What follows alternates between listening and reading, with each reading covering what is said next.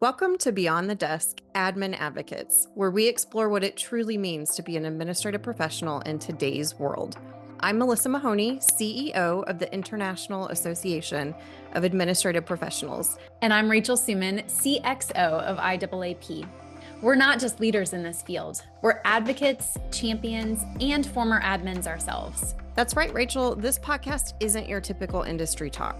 We're here to bring you real conversations, real stories, and real solutions. From AI to self-awareness journeys, we're here to discuss the deep issues that admins face every day, drawing from our own experiences and those of our community. So whether you're a seasoned pro or just starting out on your administrative journey, join us as we explore the highs, the lows, and everything in between. Get ready for authentic insights, candid conversations, and a whole lot of inspiration. This is Beyond the Desk Admin Advocates.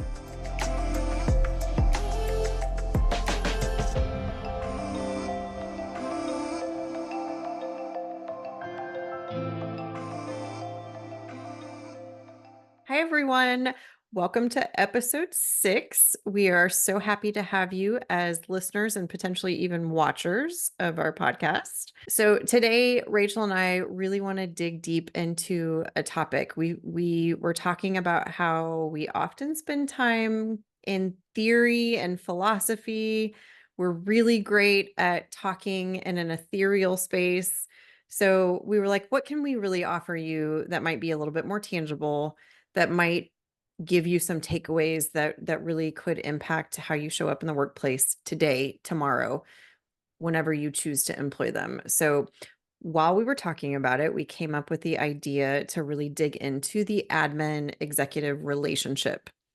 And when we talk about this today, we really thought about it in terms of a traditional sort of executive assistant to a CEO or an EA to a C-suite level leader. And that does not mean that these are not transferable to any administrative role or function with their relationship with the team that they support or the leaders that they support, or the functions, the business functions that they support. I think this is really transferable, portable to any administrative function and the relationship you have with the systems, the people, the programs that you support. So our idea today was to tell you or talk about the top 10 barriers to achieving partnership in that relationship. When we say partnership, let's define that first a little bit more before we get into the top 10. So when we think about what partnership means, what are some of the things that come to mind for you, Rachel? Partnership, I'm so glad we're talking about this too, because the admin profession can tend to feel subservient. And I'm air quoting that for our podcast listeners, but it can, it's a support role. And there's something about that that feels subservient. And that is false narrative. We have to get that out of our mind. So I love the word partnership because I like to think of it as two sides of the same coin. So in the example that you were giving, the executive has a specific set of goals that contribute and support the organization's bottom line. And their administrative partner is there to help support those goals. Essentially, they are the same goals. They are just working at it from two different angles, basically. So the operations, the more of the task management, I know we don't like idioms, the boots on the ground, you are kind of the hands and feet of what is happening is how I like to define what the administrative part of that partnership is. Yes. And I think there is also less separation when you think of partnership versus that subservient role or relationship. So in partnering, yes, the admin has a set of responsibilities and a set of tasks or things that they are responsible for, and the exec has their distinct role and responsibilities in the organization. And in a real high functioning partnership, those things tend to converge more. So they tend to overlap and overflow and intersect in really beautiful complementary ways. So even though there might be differences to the roles and responsibilities, there is some overlap and some overlay in a real partnership. So that's really what we're after in terms of achievement. So when we say partnership, that's maybe a more accessible way to understand what we mean by that. This is so gonna date me, but I was gonna say in true Letterman fashion. Or Jimmy Fallon. And I'm like, I don't even know if I remember. I just know that Letterman used to do a top 10 that was very popular with his viewers. It's probably not even a relevant reference anymore. It is for some of you. Yes. So for those of you who understand that, welcome. And for those of you who have no idea what I'm even talking about, you can Google it. That's okay too. Yes, it is perfectly okay. And that's the beauty of the internet. We can find anything, everything's accessible. So we'd like to do the top 10 list. And this list is what we believe are pretty common barriers to achieving partnership. This is not an all encompassing list. There are lots of things that are not on this list that can be barriers. Yes, we thought about that this was sort of the negative side, if you will, approach to the list because there could be a positive side to this. And you'll see we're going to talk about the flip side or the other side of this list. But to be real honest, the barriers are the things that show up most readily for us. Yeah. So it's nice and easy and fun to talk about the positive things, the things that we could be doing better, the things, the opportunities and, the again, positive parts of this thing, but there's also a reality here where we don't always get to live Mhm. in the positive side of things, especially when partnering doesn't exist. You're very likely experiencing the barriers every day. Every day, these are things that are going to pop up for you or may feel or sound very familiar. So that's why we actually chose to talk about the barriers first and then talk about some of the ways that there are opportunities to remove those barriers.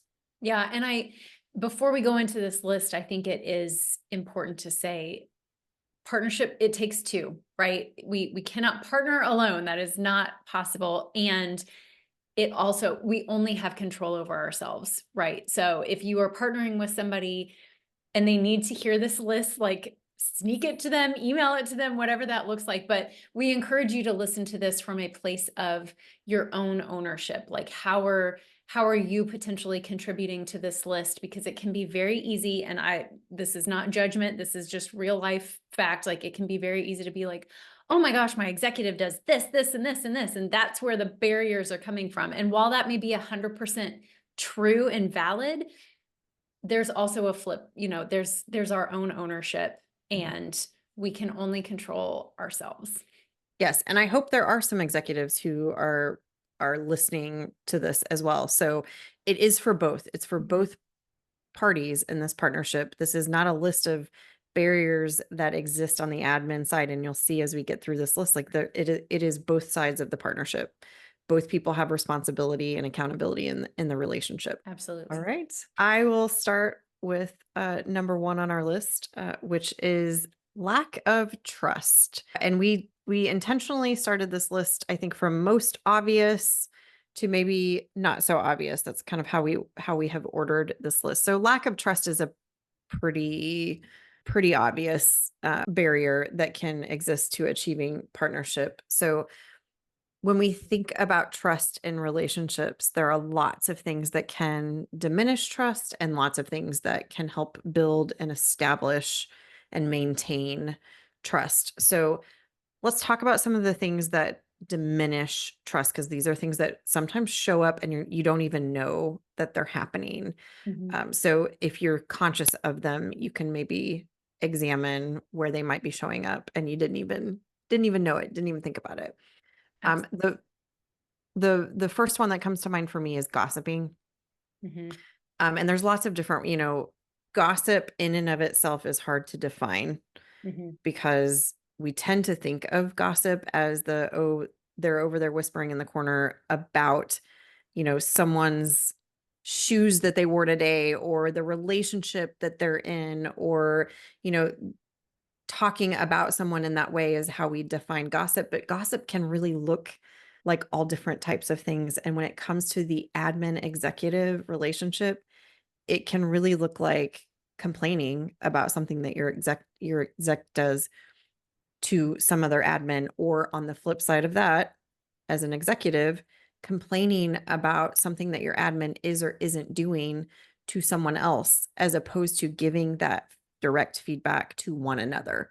So when you're frustrated by something in the relationship, or something triggers you, there's something that's consistently not being done, or a way that they're showing up, or a way they speak to you, perhaps, that makes you feel a certain way, or even a behavior that they consistently exhibit that you're like, what is that? Like, why are you doing this? Say the thing to the person who needs to hear it, versus going off and telling that frustration or airing that frustration to someone else. And I have said this to countless people because it is so true. And I don't think we think about it in this way, but it really, it helped me kind of reframe even my thought around gossiping and when it's occurring. But if you are complaining about the other person in a relationship, chances are exceptionally high they are also complaining about you. So you should ask yourself, like, when you start to say something about someone, think about what they're saying about you. Mhm. Like, what are they saying about you behind your back? You're about to say something about them behind their back. What are they saying about you? Is Mhm. it kind?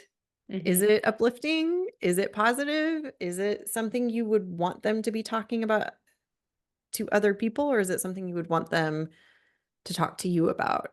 Mhm. And that can kind of reframe, because the other thing that I think is important here is it happens to everyone. Mhm. This is a very common, it's a very common experience to want to commiserate, or it feels sort of therapeutic to go talk to people.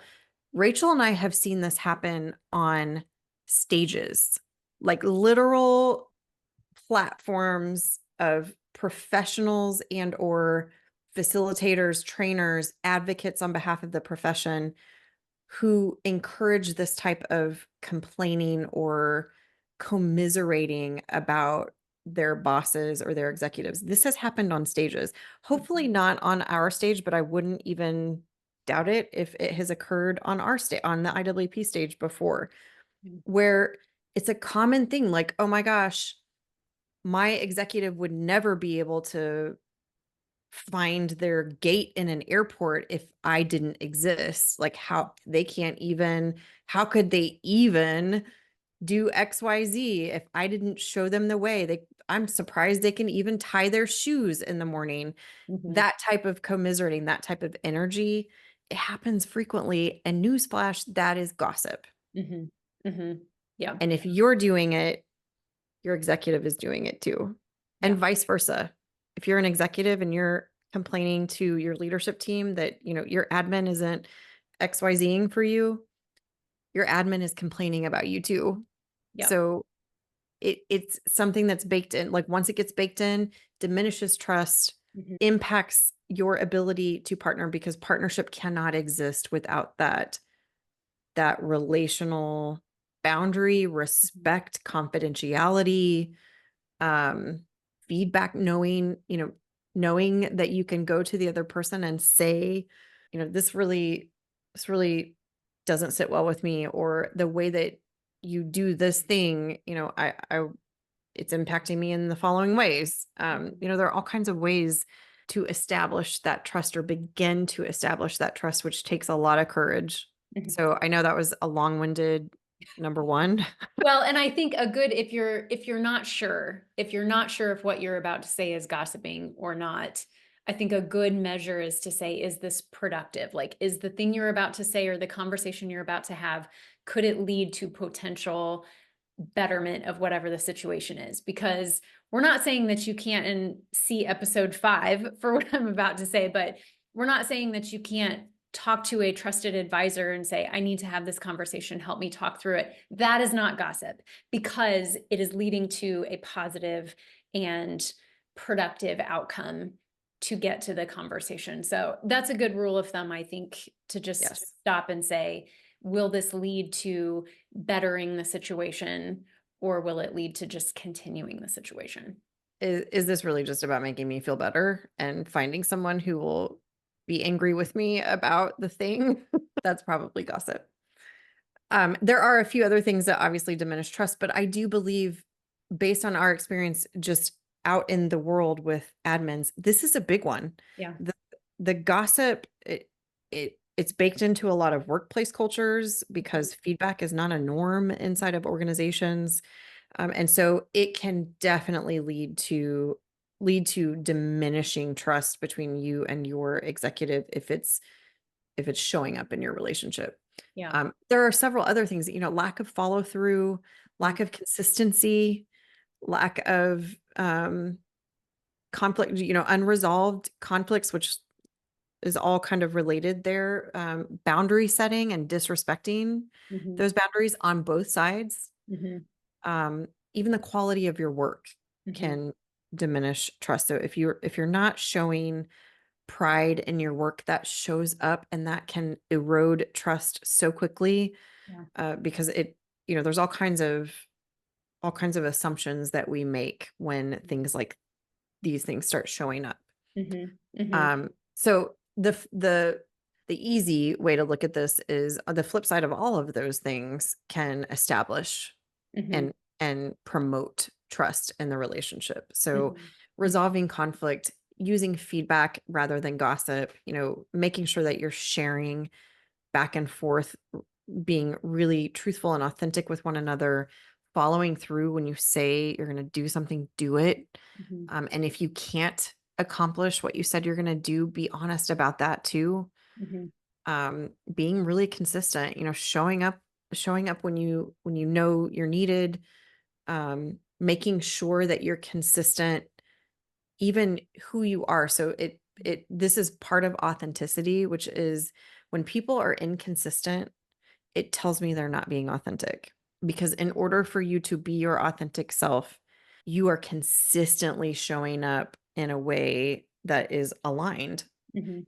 That doesn't mean that you don't have emotions or you don't have reactions or responses, but even those responses and the way that you navigate conversations, the world, the way that you show up when you're not consistent, that tells me there's something going on with you. That's a clue for me. If there's a high trust environment, there's a lot of authenticity, we're able to show up as our authentic selves. When you show up and you're not your consistent authentic self, that tells me something's up.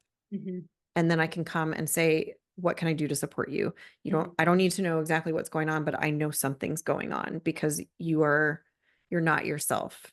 Mhm. But when you are inconsistent and we never really know what version of you we're gonna get today, you're not being authentic, and I have no idea when you need support, who you're going to be today. It diminishes trust tremendously. So being able to rely on that consistency is really important.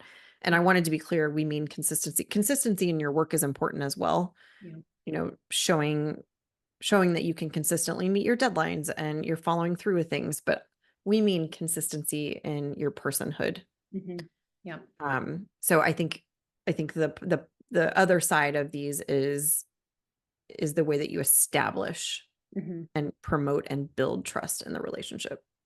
Yeah, and I think this is so obvious, and yet I think it bears saying, like, trust takes time, and it's every interaction either adds to trust or takes away from trust. There's never a neutral interaction, right? So it can be very easily, especially in this partnership that we're talking about, to think you want it to go fast. You want it, like, you just want to have it. And of course, that's human nature. Of course we would. And it takes time. So we have to be really intentional and thoughtful about every single interaction we have, how we're showing up in that space, how we're being consistent, what we're saying, following through all of the things that you mentioned, because those adding up over time create trust and then grow trust. Absolutely. You wanna do number 2? I would love to. Number 2 is possibly as obvious as number 1, but lack of communication really is a huge trust eroder, and that can look like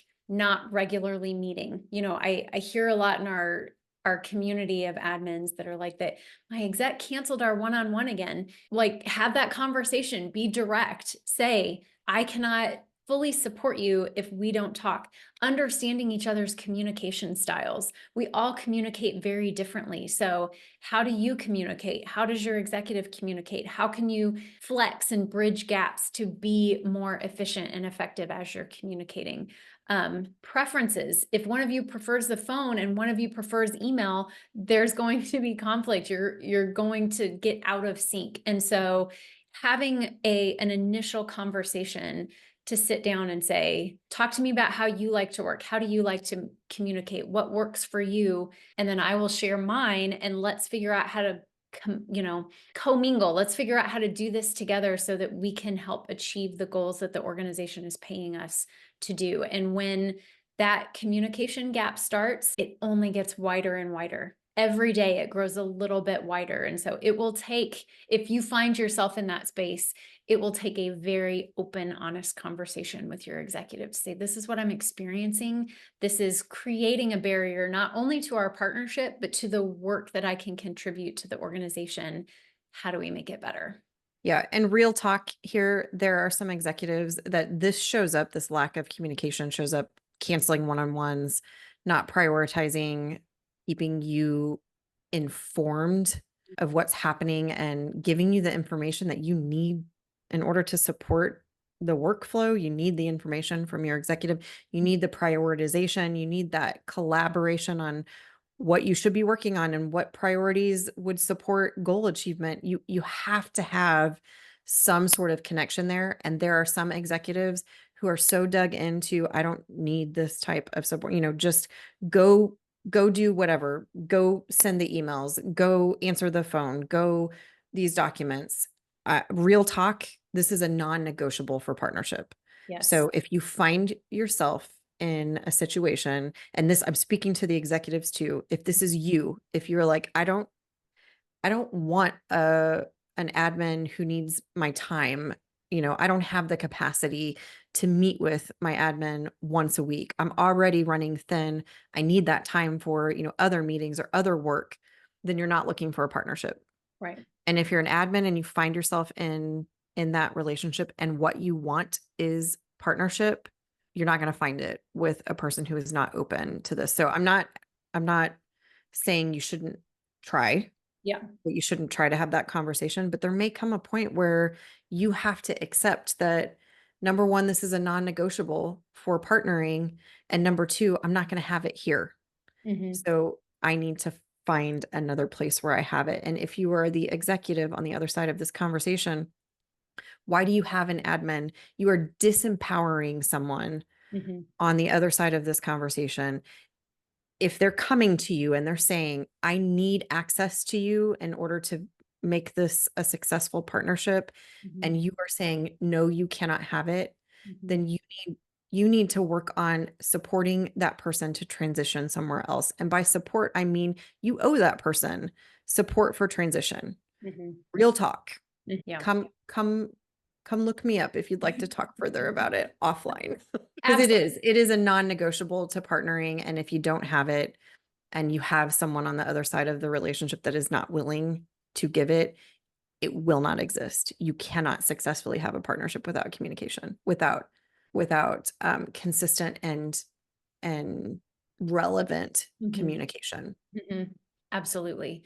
Yeah. And it can look different ways, right? Like the flex is required. So that's why communication styles are such a big deal. Like there are so many free resources of quizzes and things like that online. If you just Yes. look up communication style assessment, the feed will just pop and take it. Like there are short ones. If you have an executive who is willing, like have them take it too, figure out. And most of them, when you get the response, it's like, this is how you like to communicate. This is how this other person likes to communicate. And while it's a little structured and probably doesn't fit everyone to a T, it doesn't fit everyone to a T, but it at least gives some direction to say, oh, okay, I never realized I prefer to communicate like that. Details versus big picture, modalities, all of those things.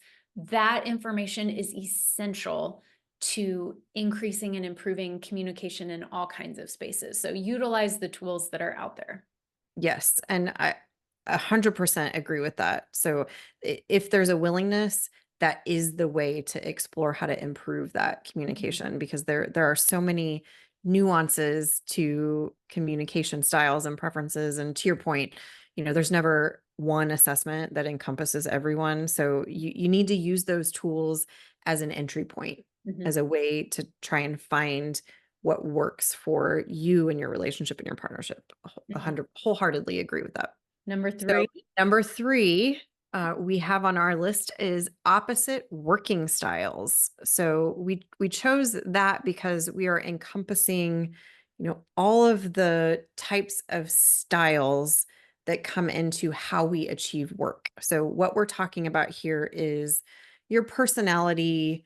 I hate the word types because, again, there is no one personality test or personality assessment that has it right. Mhm. So the it's we are such a beautiful rainbow of humanity that you just cannot fit any one unique whole person into one tiny box. Mhm. And that's what the personality assessments are attempting to do.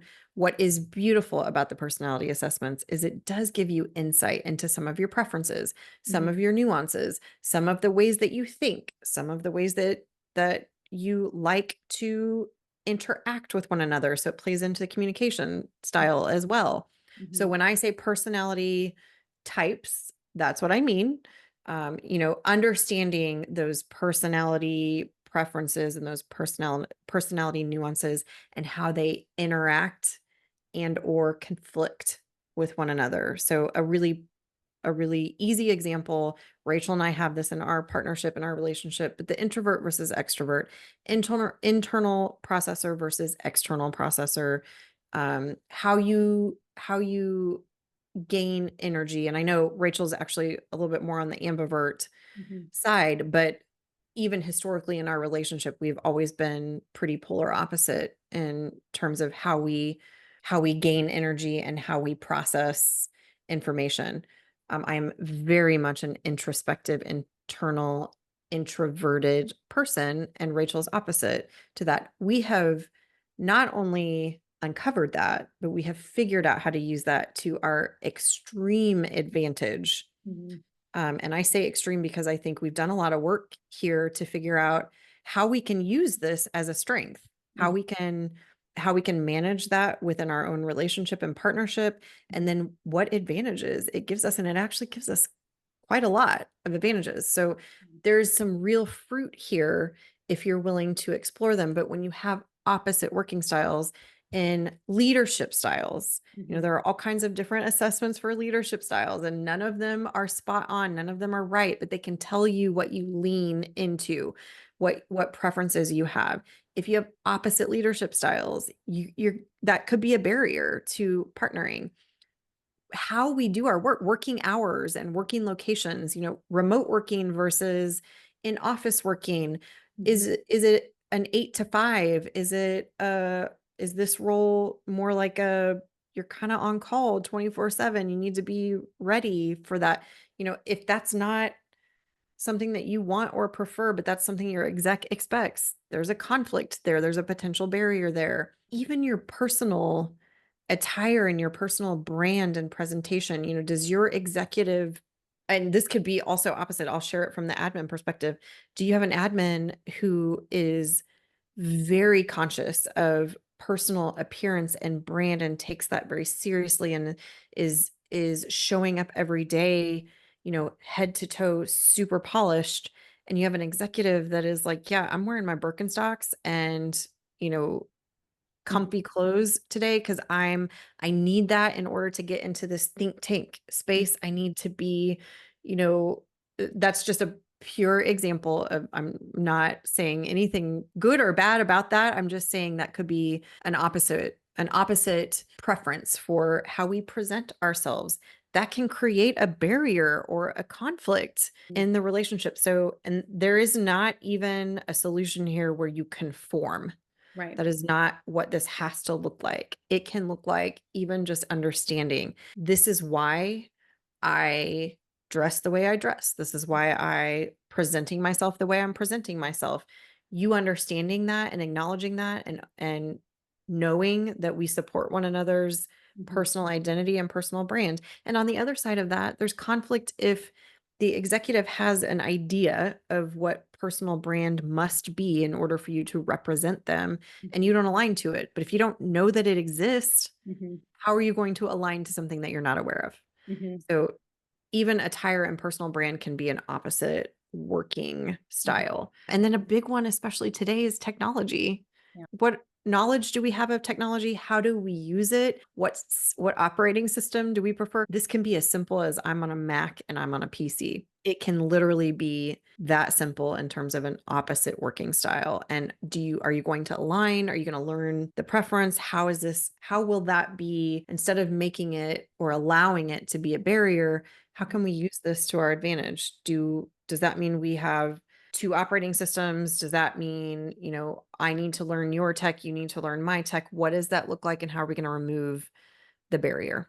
Yeah, and we're probably going to point to communication a lot in the rest of this list because it is such a big deal, right? Like as long as we are not creating narratives, and this is for both sides, like it's very easy to see those opposite working styles and create a narrative or a story about the person that has absolutely no basis in any reality or truth, then we operate from that understanding of reality, right? So that open communication and understanding where the other person is coming from, what our expectations look like out of that, and then continual feedback to readjust as we move on. Like I that sounds kind of simple, and it sounds simple and it is, but it's not easy. Simple is not easy. So I heard that recently and it was so brilliant. So it is that simple and it's really hard to do.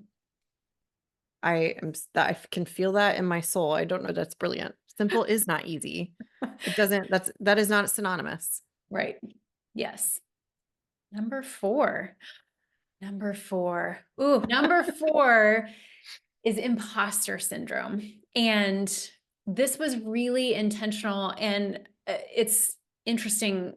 You and I just talked about this before we hopped on to record this, but I just read an article today on LinkedIn about a new study that came out about how many executives suffer from, actually CEOs. It was very specific. CEOs of like Fortune 500 companies, like these are big companies, suffer from imposter syndrome. And I don't want to misquote, I want to say it was like 71%. So I say that because I think it can be really easy from the administrative profession side. I will pause and speak from there, that it's very easy to assume that an executive doesn't struggle with that. Like once you become an executive, then that goes away.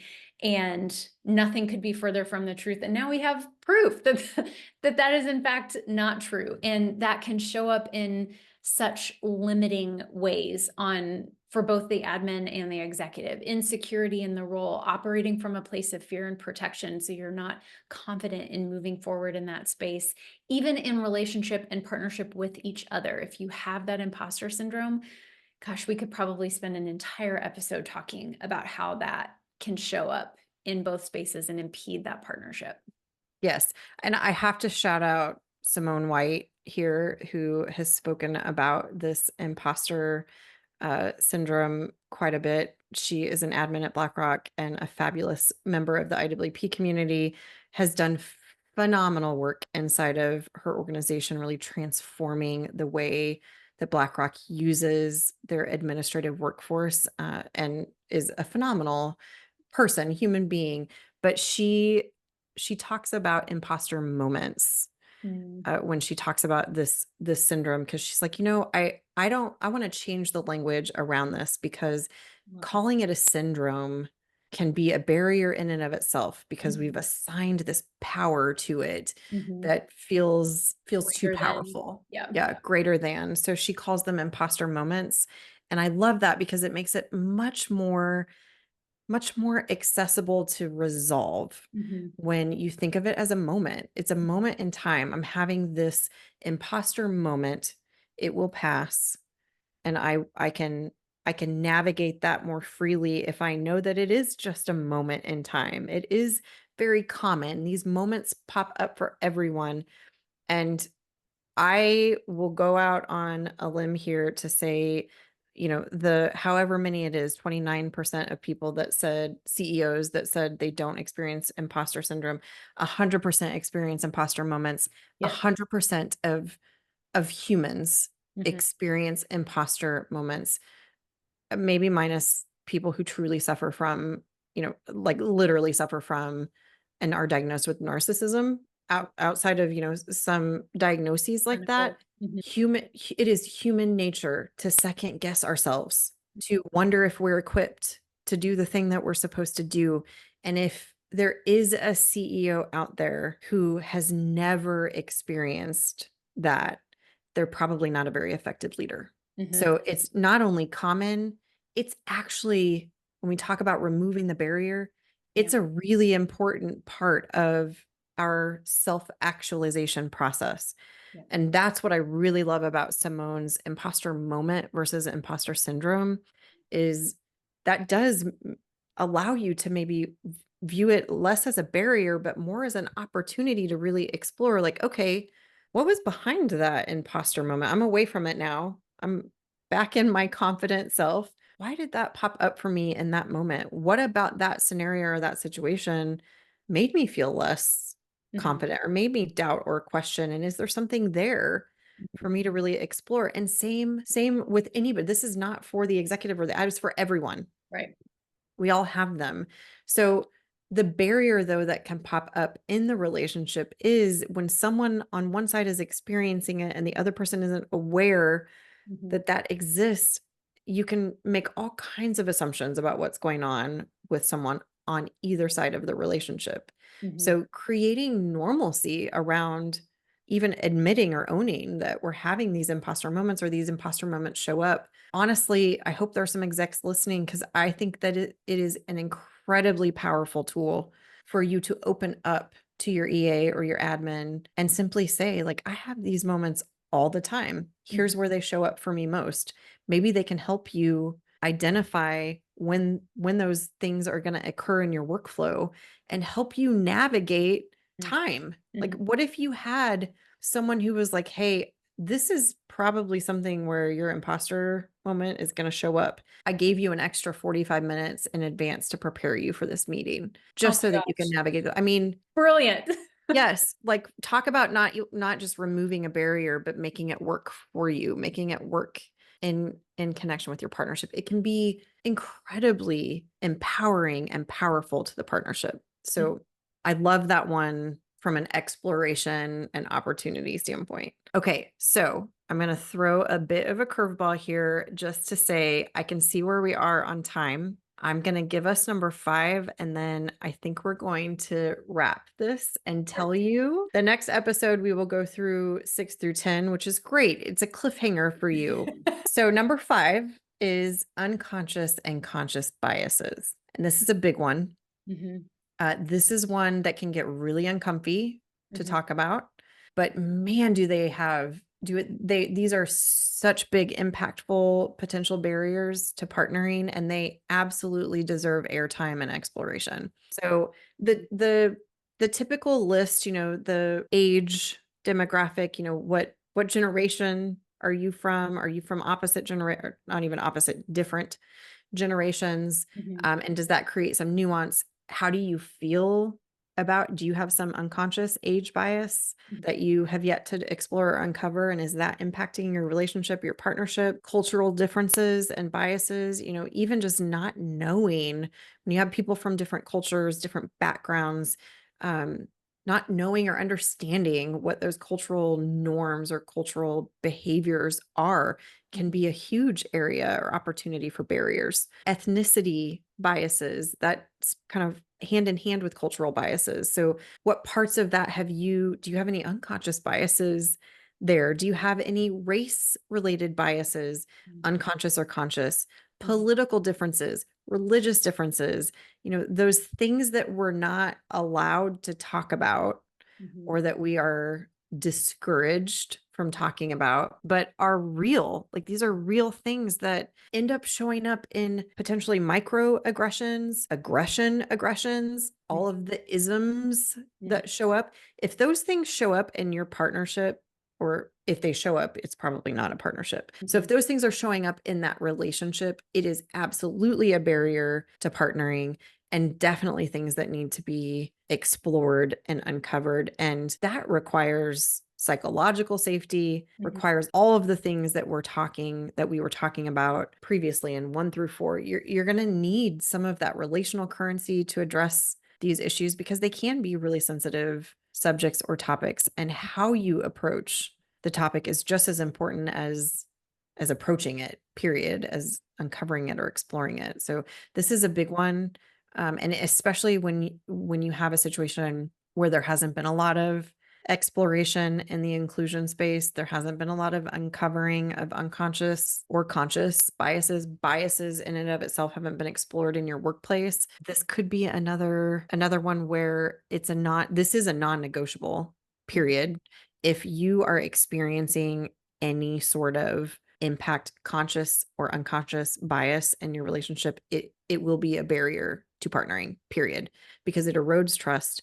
It means you cannot communicate, cannot have effective communication. You cannot be your authentic self if someone has a bias that is showing up and impacting how they treat you, how they behave. If you're experiencing microaggressions, if you're experiencing any sort of isms, any aggression, that is a barrier to partnership. So there may be a point in time where you have to decide this is not going to result in a partnering relationship, or it's going to cost me too much to attempt to make this a partnership. And that on both sides, that requires some exploration and some decisions, some tough decisions. Yep. Yeah. Tough conversations for sure. And the thing, I think it seems obvious, but there's nothing, if that is at the root of this, there's nothing you can do to overcome that, right? Like that's where you're saying the non-negotiable, because you can't ever work hard enough. You can't ever do whatever the thing is to overcome that. And I will refer people to episode 5 again, because I think self-awareness is really key in here too, to help navigate understanding of what these look like and how to manage our biases, I think is the best way to say that. Yeah, and I'll refer to episode 4 as well. So if you didn't listen to the DEI and belonging episode, I really encourage that as well, because it is this, not only is it a non-negotiable, everyone deserves to be their authentic selves. So if you're in a position, and it is also important that we recognize it is an extreme place of privilege to be able to say, I'm not going to put up with this. I'm going to go find something different. So I do want to recognize that it's not as easy as just saying, I'm going to go find another job. Right. You know, there are absolutely people in our community who you need this paycheck to survive, to put food on your table, to have a home, to sustain a life for you, your family. That is absolutely true. And there are lots of ways that this community can support you through that. So even via networking, this is a safe place for you to go out to your community and say, like, I have to get out. This is a super harmful, super toxic place for me. This relationship will not work. I'm experiencing legitimate harm. I need to get out. People can help you in the community with that. That's a great reason to lean into your community. So I don't want to dismiss the fact that it's very easy for us to say this is a non-negotiable, and if it doesn't exist, go find something else. That is easier said than put into practice. So, and no one deserves to experience the type of harm that can occur from these differences or biases, and from the conscious, the known. You know, you've addressed it, you've attempted to address it, the culture won't support it, the organization is not interested in talking about inclusion. You know, these are not a priority for your executive or your admin. You know, you'll know when there's not an openness or an opportunity to address the harm. And that's really when you need to look. But on the other side of that, if there is openness, Mhm. If there is opportunity to explore these, there can be some really, really relationship altering conversations, Yeah. relationship altering realizations that can occur from unpacking Mhm. biases. Because more often than not, they're unconscious or Yes. they're somewhere in between the like, oh, I didn't recognize that that's what this is. Mhm. I didn't know that this is how this was showing up. And I'll use the generational one because that one is a little bit less sticky to Mm. talk about, to be real. Um, the generational biases, they can also be kind of funny and quirky, and we there's a lot of funny content out there about right now. If you're out on socials, there's a really fun sock debate going on between millennials and Gen Z, and the ankle socks versus the crew socks. And Gen Z are making fun of millennials for their ankle socks. And, it's how if you're walking out, you can tell who's in their, early 20s versus their 30s. And those of us that are elder millennials or those of us who are cuspers between the Gen X and millennials, I'm like, if someone thinks that I'm in my 30s, that's a win for me. So if that's what they see when they see my ankle socks, then I'm good. But I use that as an example because there's a lot of funny content that comes up between, the generational nuances and the differences and some of the language differences. But is also some real impactful biases that can exist. One that pops up pretty frequently is when it's a younger person. So Gen Z, for instance, that's entering the workforce, that is in the workforce, they're probably the youngest. We tend to discredit or discount that they have things to offer because they're new. So this idea that you need to have all of this experience to gain wisdom and knowledge and skills, you have to build those skills over time. There's some truth to some of that, but that does not mean that they don't have extremely valuable contributions and Right. that they aren't capable of performing fabulous work. Mhm. So if you're an admin, say in the Gen Z generation, and your executive is an elder millennial or even a boomer, Mhm. which is more than likely true if they're in the C-suite, since boomers won't leave the workforce. There's another bias.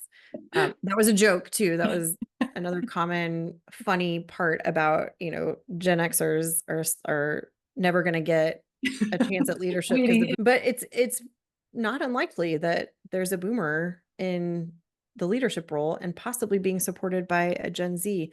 Think about what those biases Yeah. can do to the partnership. That can be a tremendous barrier Mhm. to even how you accomplish work that plays into all of the other things we've talked about. Mhm. So that age bias and that age generational demographic bias is a big one. It's Mhm. it's one that it can be really powerful when you uncover it and you discover like, oh, I had no idea that I was looking through that lens. Mhm. Everything that this person was providing to me, I had this lens of like, well, they only have so much credibility because they're new. Mhm. So they're new, they're young, they have, they need to pay their dues, they need to, all of those things that can Mhm. come up. When you stop that, you disrupt that bias, it changes how you view that person, how you view their work, how you can partner Mhm. with them. So they can be really powerful if there is openness to exploration. Yep, absolutely. Well, it was certainly not our intention to leave you with a cliffhanger. If you weren't sure, go back to the beginning and we promised 10, and that's what we intended to do, and we will not leave you hanging. So episode 7 will include the last 5 of the top 10 list of barriers to an effective partnership. And hopefully we would love to hear from you. So I don't think we've asked the last couple, but don't forget to give us feedback, like send us an email, comment, whatever on socials, however you want to get in contact with us. We would love to hear from you and weigh in on these first 5 and tell us if you're struggling with any of those, go to the community and share. And we're all here to help support and grow that partnership along with you. Absolutely. Thanks for joining us. Hopefully you'll be sitting on the edge of your seat until the next episode. Bye until then. And that's a wrap for today's episode of Beyond the Desk Admin Advocates. We hope you enjoyed diving deep into the world of admins with us. Remember, this podcast isn't just about listening, it's about taking action. Whether it's advocating for yourself in the workplace or supporting your fellow admins, let's continue to elevate this profession together. If you have any thoughts, questions, or topics you'd like us to explore in future episodes, don't hesitate to reach out to us on social media or through our website. Until next time, keep pushing beyond the desk. And remember, change begins with you. Thanks for listening, and we'll catch you in the next episode.